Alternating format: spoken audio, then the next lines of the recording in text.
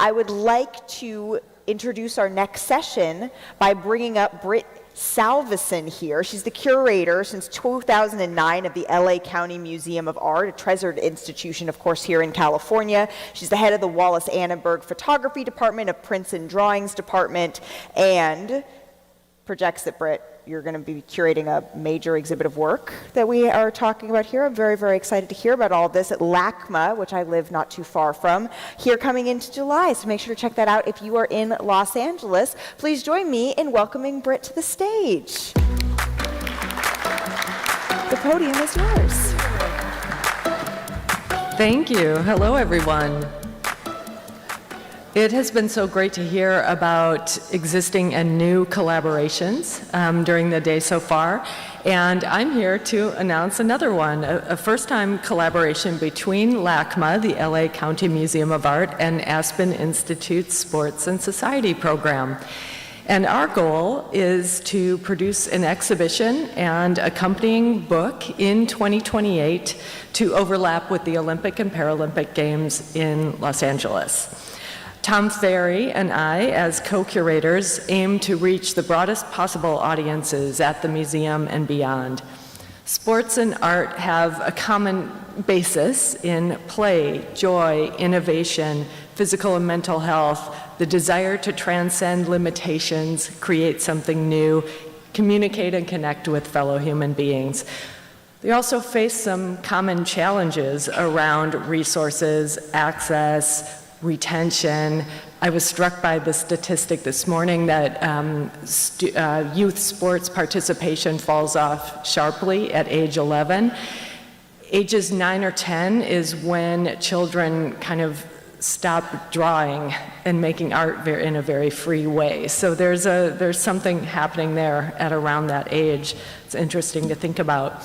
The working title for our exhibition is Why We Play: Sports and the Shaping of Modern Society. So we hope that visitors will leave the exhibition with a new understanding of the importance of sports in shaping who we are as a society and as individuals, and also a new understanding of how visual art contributes to and captures those shaping forces. Of course, been very inspired by the recent show at SF MoMA here in the Bay Area, and by conversations like the ones we're having today. As we look towards 2028, we can really benefit from all of these ideas and collaborations. So to introduce the next panel, I will introduce my co-curator, who you've already met, Tom Farrey.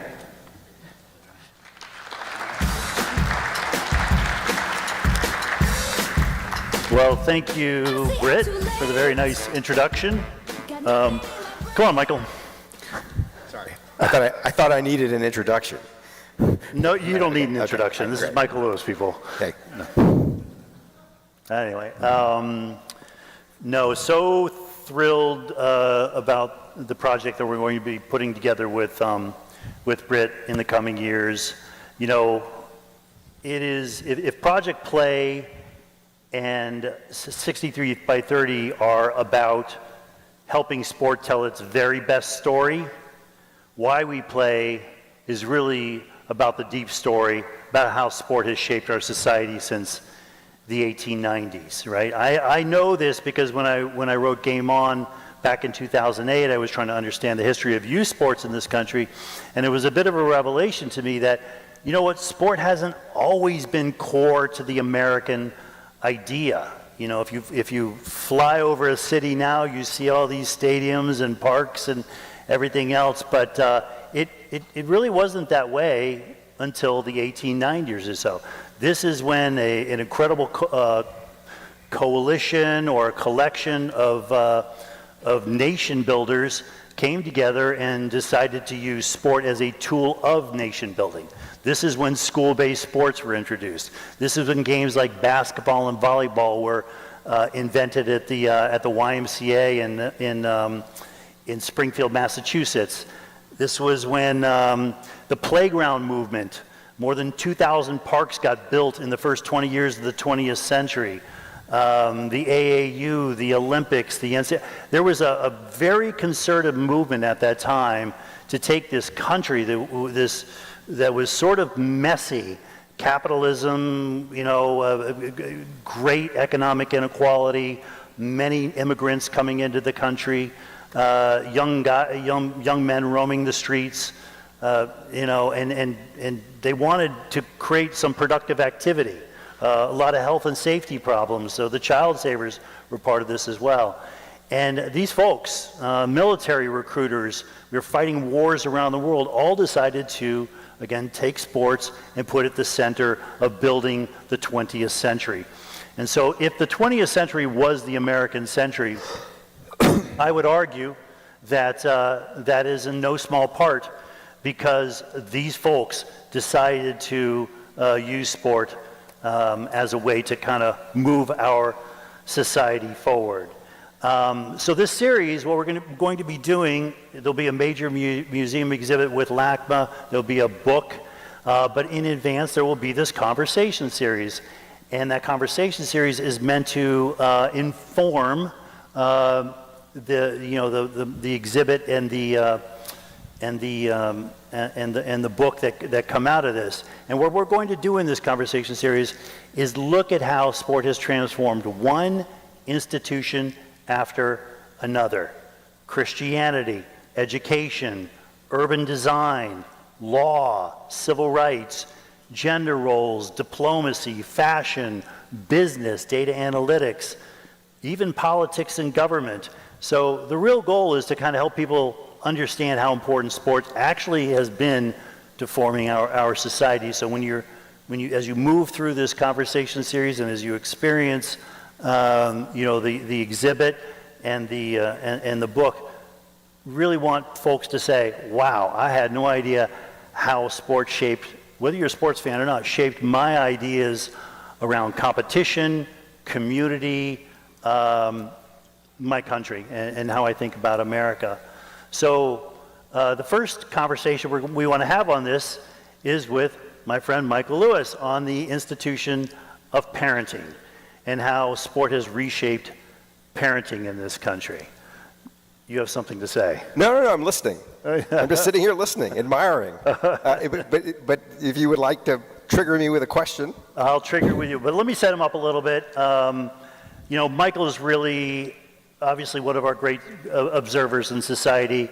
The books he's written on business, The Big Short, Flash Boys, Liar's Poker, sports, Moneyball, The Blind Side, Coach, lessons on the game and life. He's written about parenting itself, fatherhood, and Playing to Win, which is an audio book on Amazon, and which is how we originally met. Walter Isaacson was introduced us, right? Is that we met before I wrote it, though? Because as I remember, before you wrote it, yeah, I mean, this was the story. There was clearly a story in being a youth sports parent.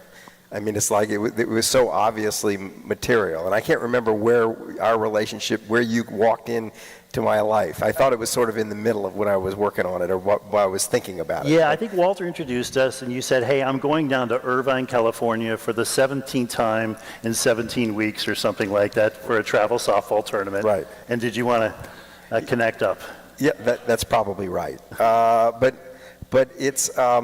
I found, just as material, sports has been a really rich vein for me. And I'm frustrated right now because I have been kind of wanting to do a sports story and haven't quite found the right one in the last 4 or 5 years.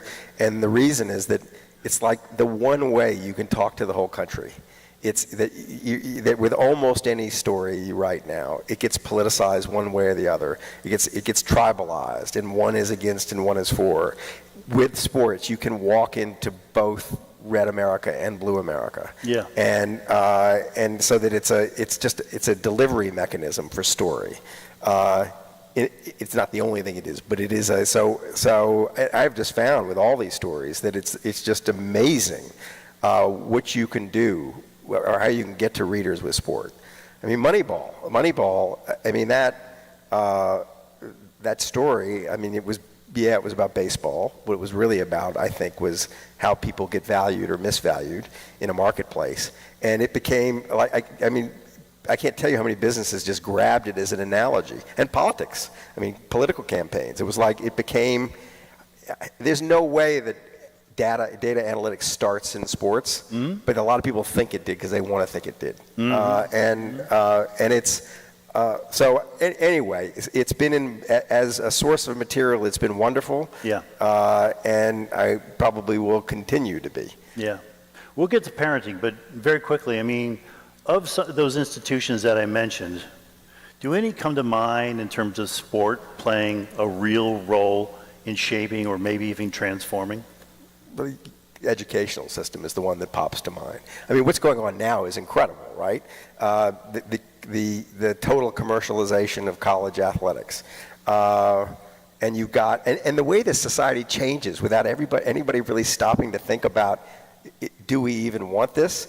But you know, you turn on the television set, everybody here knows this. You get, and the quarterback will have played at 4 different schools in the last 4 years, and there's never any mention about, like, you know, how is he keeping up with his history classes, kind of thing. And it's all about how much money they're being paid.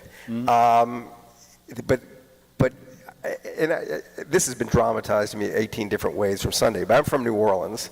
I have a lot of old friends who stayed in New Orleans. Their kids choose schools based on the football team, and they don't play football.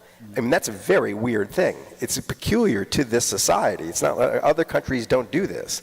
So, did that happen when you were younger? No, I don't. I think this is a growing phenomenon. Yeah. No, not really. Yeah. And so the way, I mean, the way March Madness is used to market a school. You can change the school's profile in the imagination of young people just by having a good run in March with the basketball team. I mean, that's one thing that pops to mind. I mean, but you're right. It sits right at the center of this culture, and I think there are reasons for that. The most obvious reason is it's a metaphor for our commercial life that we are a pretty radically free market society. Competition amongst us is, you know, we live for competition, and sports provides us with an example of people competing, and business is constantly grabbing at that. Commercial, but also collaborating too, right? I mean, that's the whole idea of team, teamwork. Yeah, it's almost but like it's to win. Sport is but in service of winning. But like it's this tension between collaboration and competition, and sports seems to kind of pull them both together in a way that propels our society forward. You're collaborating to compete with someone else. Right. You're not collaborating just for the joy of collaboration. Right. So I think that has something to do with it. When I'm thinking about like what material right now seems rich, I think the commercialization of really young athletes' lives. I mean, I'm about to go visit with a 15-year-old quarterback who has got $2 million in NIL deals, and who is just coming out of his sophomore year, and the parents don't know what to make of all this. But it's like, how do you manage this situation? It's just different. It's just new, right? Yeah. Does it bother you when you hear that? So it used to bother me when I wrote The Blind Side. It bothered the hell out of me when I saw the inside of a big-time SEC football program. I watched Michael Orr go from the family in Memphis into Ole Miss, and I kind of trailed around behind him at Ole Miss for a season. And it was really clear. You hear stories, but until you see it, you don't believe it. That like there were kids in the football program who could basically not read, and they weren't being encouraged to learn how to read. They were being used up and spit out, and it was generating quite a bit of money for the university. And it bothered me then that I wrote an argument that they should be paid. I mean, I thought this was unjust. So I think the paying of the athletes, that doesn't bother me so much, but it's a world right now that is so Wild West, so unregulated, so no rules, that you just know that a lot of bad things are happening. I mean, it's more I'm excited about the material. Like, what does this mean that the world has changed? And also, just like, just another story is interesting is like how you run one of these programs at a college level. Your job really changed as a college basketball or a college football coach. Once the players could leave, once they could get paid, and you can see great coaches. Tony Bennett at University of Virginia just saying, I can't manage in this environment, but who can? Like who is figuring this out? And in figuring this out, are they figuring out something bigger than this? Is it like similar to running a software company where the engineers can all have very valuable skills and can move at a whim? I mean, the management problem changes. So when there's this kind of change and turmoil, there's always story. So I'm kind of kicking around looking at it that way. Yeah. I look at it like we're in a bit of a transition phase. People get upset about the transfer portal or the NIL money or otherwise, but I think we're just at the end of the day, maybe by the end of the decade, we will have a model of college sports where big time sports, football and basketball and other sports that actually have money rolling through them will be fully professionalized, and we'll figure out how to support the other sports. Maybe. Yeah, I hope. Man, who knows, right? Yeah. I mean, I talk to people who run university finances and university sports programs, and not all of them are cheery. No, they're all not feeling so good about this. No, they're not. No, but I mean, David Rubenstein had a good conversation about this at the Ideas Festival last year. He was saying, well, what we need to move to is a model. We'll get back to parenting in just a moment. We need to move to a model in which big-time college sports is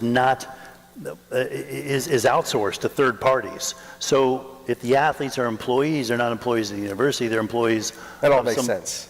It does not make sense? No, that makes sense. So you asked me what institution has been most disrupted by sports parenting. Yeah. It's a dramatic example. That the experience, I was an athlete as a kid, and the relationship, and my parents were pretty normally involved in my life, and we played. The idea that the involvement of the parents has just completely changed. Yeah. And the stakes, the sense of, a whole list of things that have changed around the relationship of the parent to the sport. But that is like an incredible subject. This is what the Audible book I did was. It was just like what has happened here. And I often find this with things, with really good subjects. It's like right under your nose, and no one's saying anything about it. That everybody sort of pretends to pay attention to, I don't know, Donald Trump or whatever, like famous people, whatever's in the newspaper. But if you stop and ask, like, what do people really care about?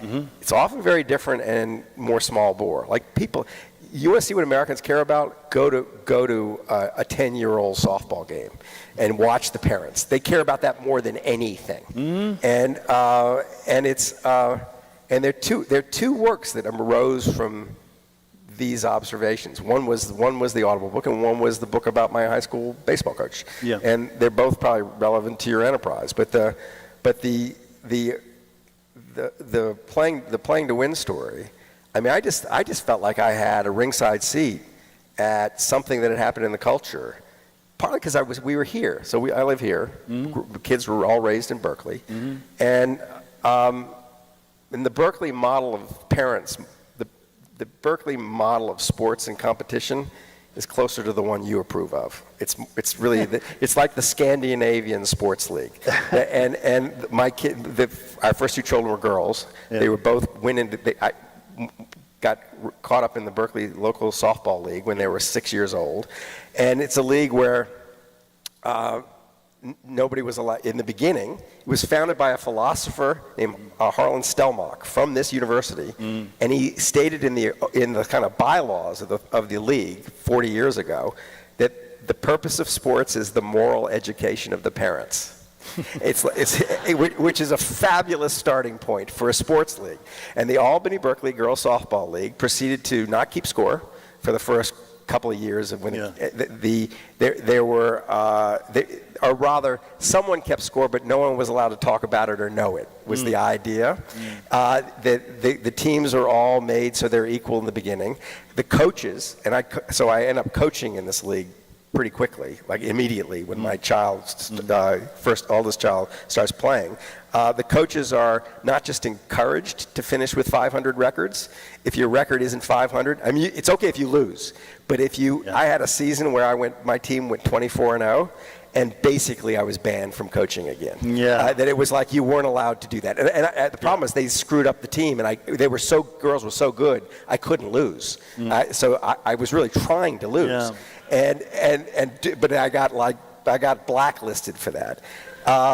So by the way, that's not my model. So very good. All right. So you had this little league, and my girls were both good players, and there was this tension in the league.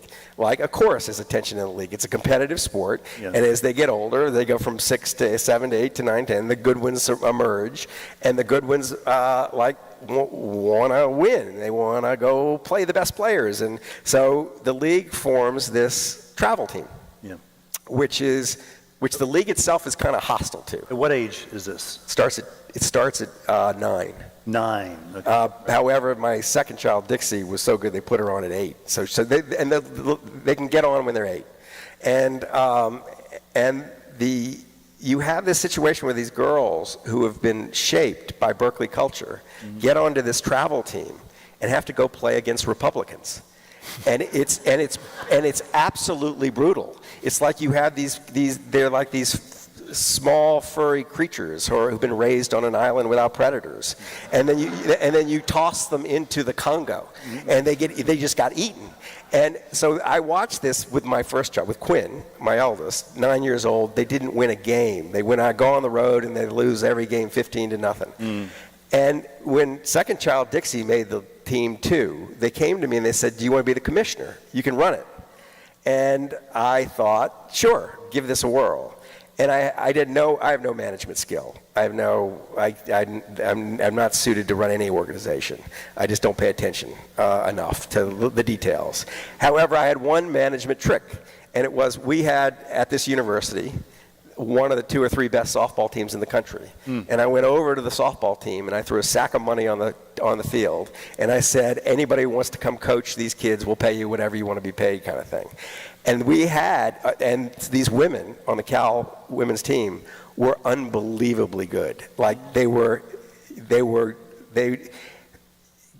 women coaching girls is different from men coaching girls. Most of the competitive landscape was daddy ball. It was dads who cared too much, who were frustrated by their own lack of success as baseball players, whose wives had seen this is the one way to interest their husband in their daughter, was to get them into competitive sports and have them run their sporting lives. And so far so good. Daddy and child or daughter are together. But then when it starts to get really competitive, Daddy's screaming, at them when they strike out. Daddy has anger issues, and the women on the Cal women's softball team had all been on the other receiving end of this, and they didn't want anything like this. They had a different idea of how do you coach these people, and they were also, I'm telling you, the best softball players in the world. Val Ariota, who is one of the most famous hitters ever to walk on a softball field, played on 3 Olympic teams, was one of our coaches. Jolene Henderson was the best pitcher in the country. She came over. So I got all these women, and I just said, do what you want. And it was magical. I mean, magical. We went from, the same girls went from 0 and a million to they wouldn't understand it when they lose a tournament. Dixie, my second child, this is 3 years into the experiment, they were ranked number 1 in the country in a poll. They were just like went from nothing to this. Amazing. And they never lost the kindness, the sweetness, the stuff that came out of the league. I mean, it wasn't necessary. So I'll tell you one story that this is like the moment I realized this whole youth sports thing is really fucked up. It was Quinn, was my oldest, was 9. It was our first journey into Republican land. We were gonna lose. It was almost surely gonna lose. We're playing at Rohnert Park, which is just up the road. Yep. and it's a night game, and it was the first game we were ever close, and it's like towards the end of the game, it's tied. One of our runners slides into home plate.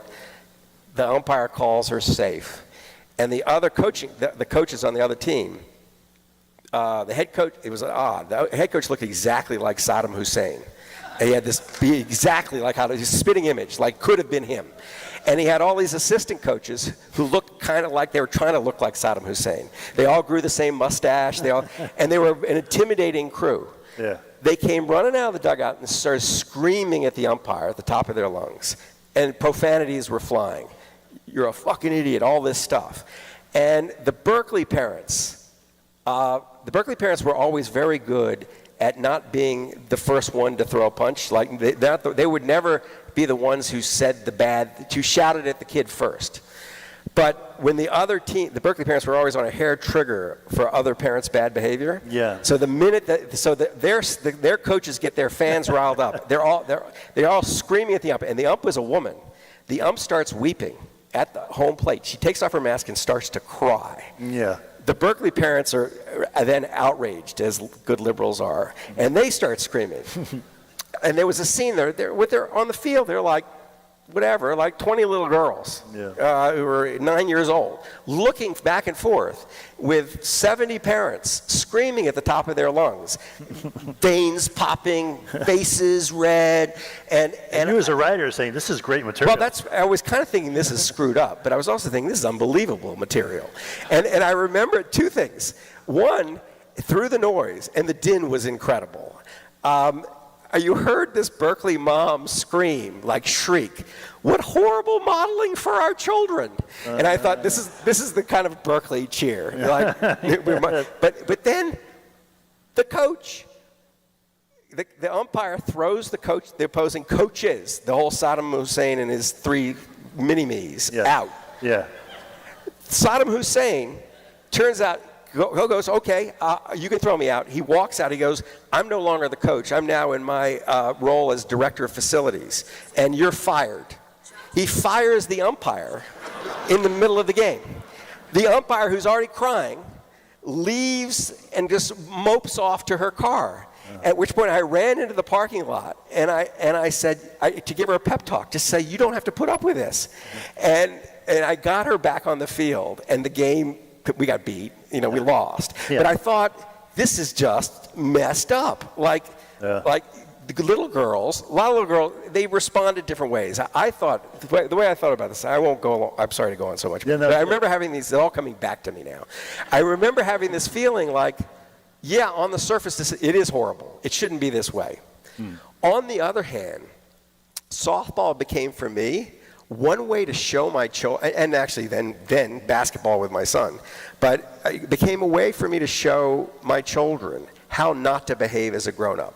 Yeah. That they mostly what they got from grown-ups was a lot of artificial behavior, like polite grown-up behavior. When they saw the mask come off and the grown-ups behaving the way grown-ups can behave, then we could have a serious talk about how you behave and how you shouldn't behave. So it actually became quite educational. Yeah.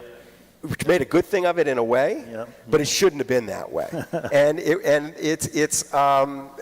So that was the beginning of a journey for me, and I spent 10 years as the commissioner of the Travel Softball League, and it was it was all engrossing, and all over the objections of my wife, who thought this was insane. I want to ask about that. Yeah, I mean, where was Tabitha on this? I mean, was she into this as you need a little backstory here, because I don't think I've ever met a person who's been so adjacent to sports for so long without learning anything about them.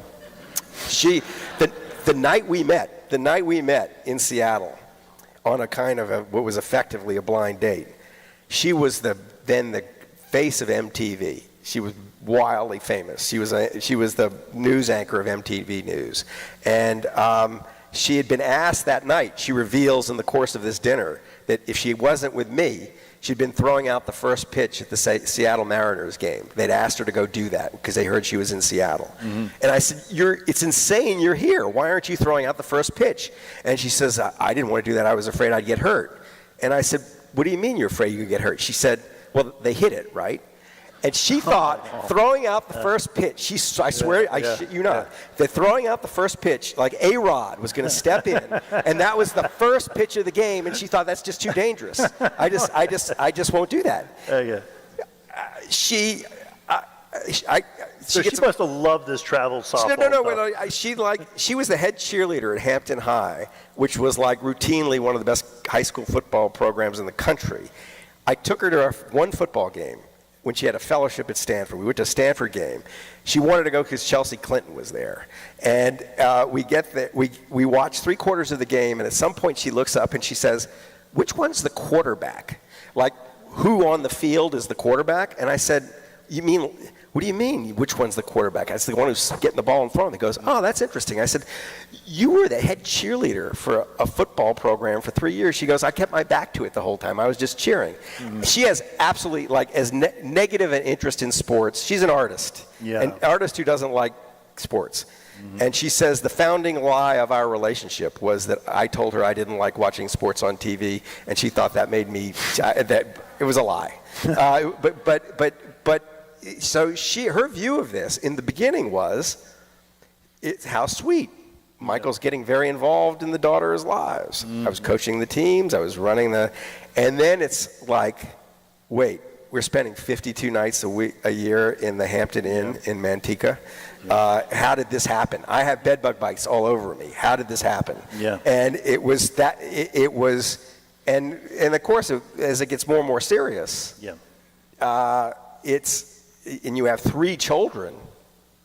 Presumably you just heard this story from, the Newsom family. But when you have 3 children out in different parts of the state, like there were no family dinners. Her view was there was a price that was paid, and that the price was that our life was less diversified, than it was more specialized. Even if it wasn't specialized in a single sport, it was several, but it was like special. It became. It was all or nothing.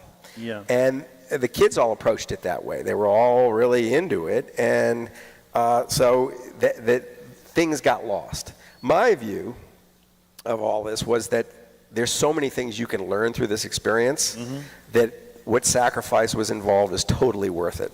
And I'm monologuing, but just to go back to the first book I wrote on this subject. It was a magazine article in the New York Times Magazine. My editor at the New York Times Magazine, I went out for drinks, as we often would do, and he'd say, "I want you to write about Jamie Dimon or Bill Clinton or someone important." And I'd say, "Who cares? I don't care about them. Can I write about what I care about?" And he goes, after a couple of glasses of wine, "Sure." I said, "I think about my high school baseball coach every day, that he put me through something that changed me. And it's about a teacher. There's something about doing something physical and being taught that it can be transformative." And for me it was. I said, let me write about that. And I wrote this piece that is still like, at any moment it's going to be made into a movie. It's still out there. That when it came out, it had 2 pieces to it. It was like my experience, which read like Marine boot camp. It was not something, how he coached, you couldn't get away with it anymore. But it was a two-handed story, because we were also in his life in the moment, which was 15 years ago or 20 years ago almost. And in the moment, he was a much watered down version of what he'd been when I was playing for him. But the parents of the players were in the process of getting him fired because Johnny was playing second base when he should be playing shortstop. Bobby was on the bench when he should be pitching. Jim was insulted by the coach because the coach said something hard to him. And the school was caving, and these are all parents with money. The school was caving to these parents.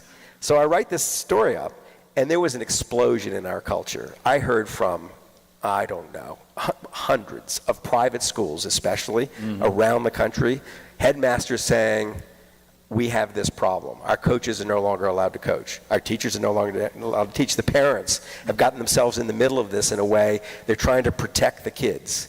And protecting the kids means preventing the coach from doing the thing that your coach did. And I think about what those things are. It's like, it is painful in sports. You lose. It's hard. Yeah. You get hurt. Yeah. But the big thing is, I think, and the thing that made this coach so masterful is learning how to fail. That he orchestrated these scenarios where you failed, and it felt so dramatic. It felt so important. Yeah. But he orchestrated them in a way that you had a narrative to come back from it. Yeah. And when you learn to come back from failure, you've mastered some part of life. Is that what, I met you and Dixie down in Irvine. Yeah. How did sports shape her particularly? I mean, I know you've talked about her being a brave young woman.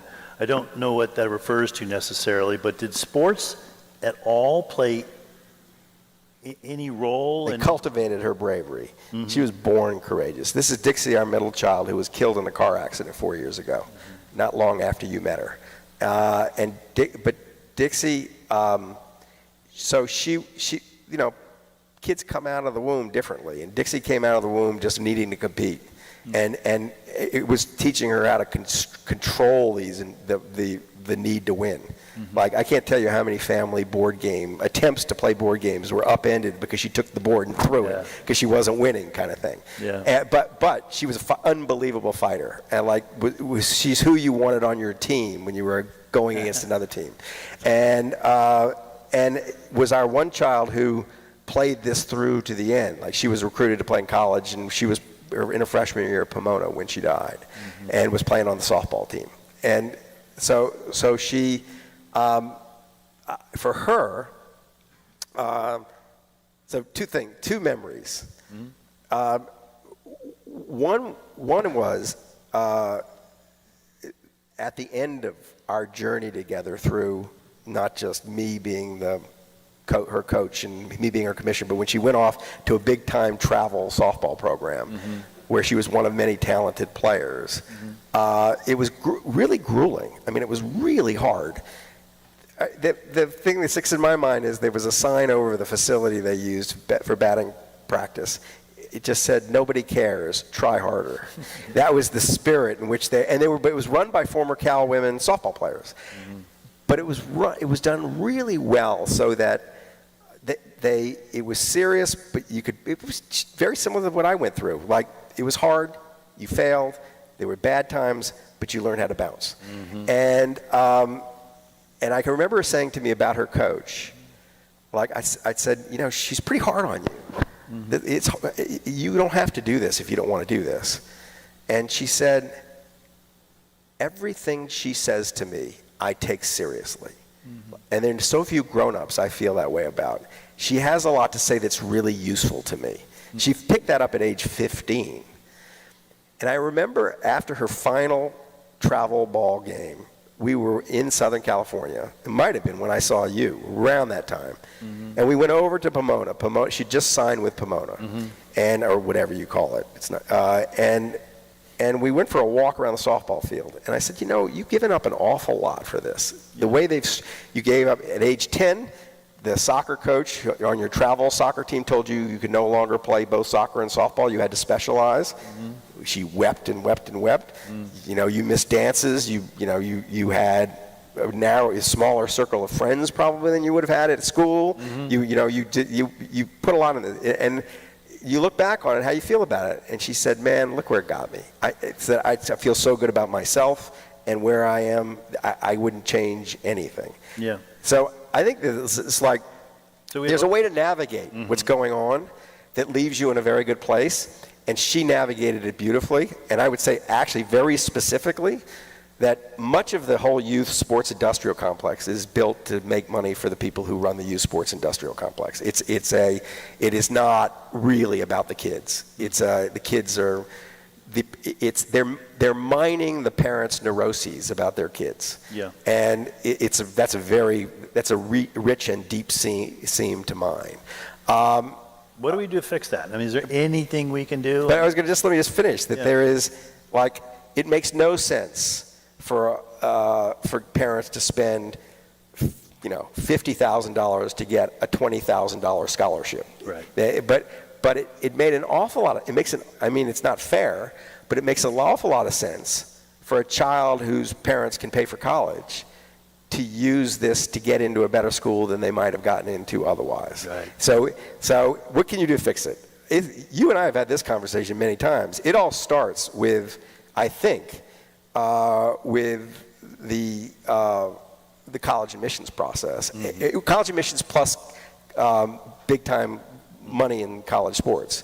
It creates this signal that goes all the way down to 8 years old, probably even earlier, where the parents can tell themselves, we're doing this because you get this advantage at college. Either you get free tuition, or now it's probably even more, like they're going to get big NIL deals and all that. It's kind of like the way people respond to way too strongly to like lottery-like temptation. That most kids are not going to get any of that, and the parents are going to spend a lot more money than they should have spent chasing this dream. Sometimes when the kids don't even want to be there. Yeah.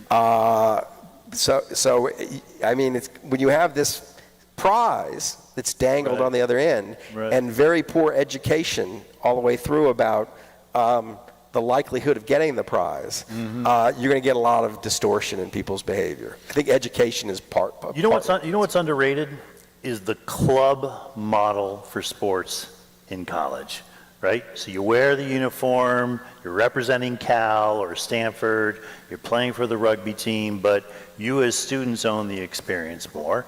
You might have a coach. If you do, you're the one who selects the coach. Yep. If the travel is not to the East Coast for some midweek game that has 2 stops, it's more regional.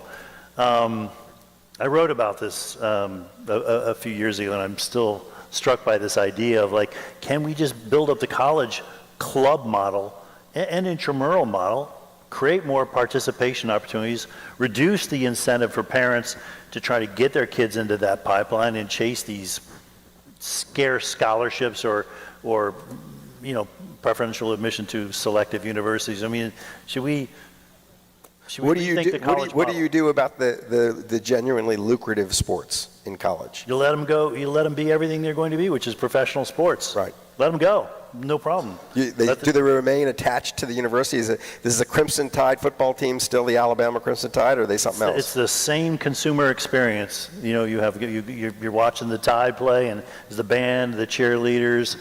It all looks and feels the same to the But consumer. now a private equity firm is paying the band, But the students are employees of and the students are employees of the private equity firm that owns it, or sovereign wealth. or a sovereign wealth fund.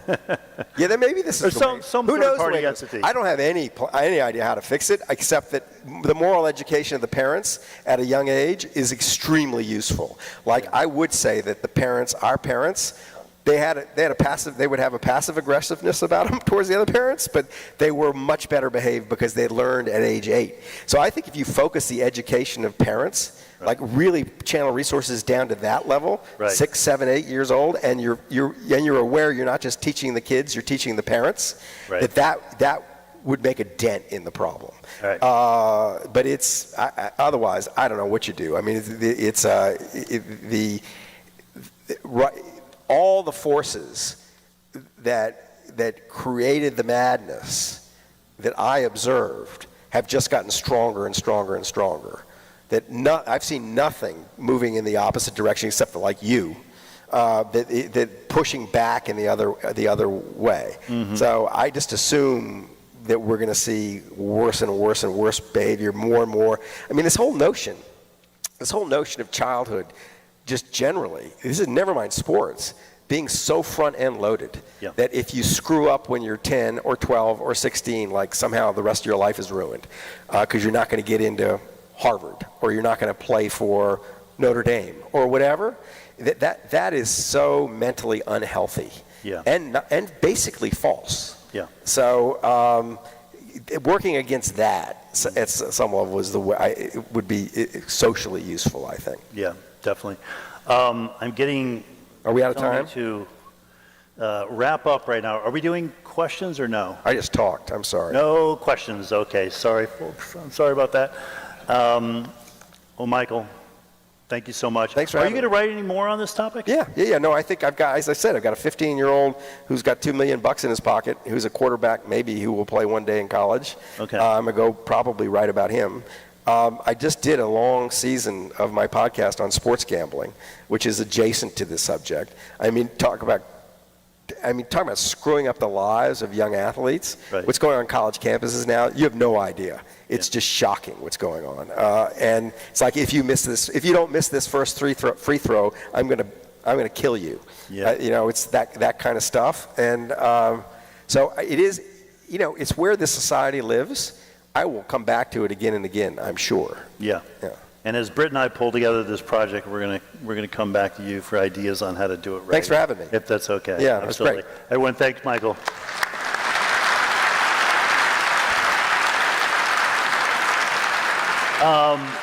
Would also like to thank ESPN for being our presenting sponsor here, being such a great partner throughout really Project Play since inception. Our summit sponsors, our 63 by 30 members, and really all of the partners on our project. Would like to thank the Governor's Council and the First Partner for being with us, UC Berkeley, the Aspen team. Where is our Aspen team? Over here. Come on out, folks. This is an incredible event that takes really 10 months to pull together. So I would like to thank Jennifer and John and Marty and Vince and Sabrina and Catherine, the summit director, and Max, who's helped as well. So really appreciate that. And thank you for all you do in this room. And one final note, I don't know if Janet Carter is still here, but she is retired now as the CEO of the Positive Coaching Alliance and has made great contributions here in the Bay Area and is a good friend of mine. So thank you, Janet, for all your good work over the years. One final thought to leave you with. Play is the way. Play is the way we build the good society. Understanding how we got here and how we go forward is at the core of this work, and I'm so excited to do it with you and with Britt and this incredible team that we have here. So again, thank you everyone for being part of it. I'm going to bring back up Malika to close us out. Thank you, Michael. Thank you, Tom. Thank you all.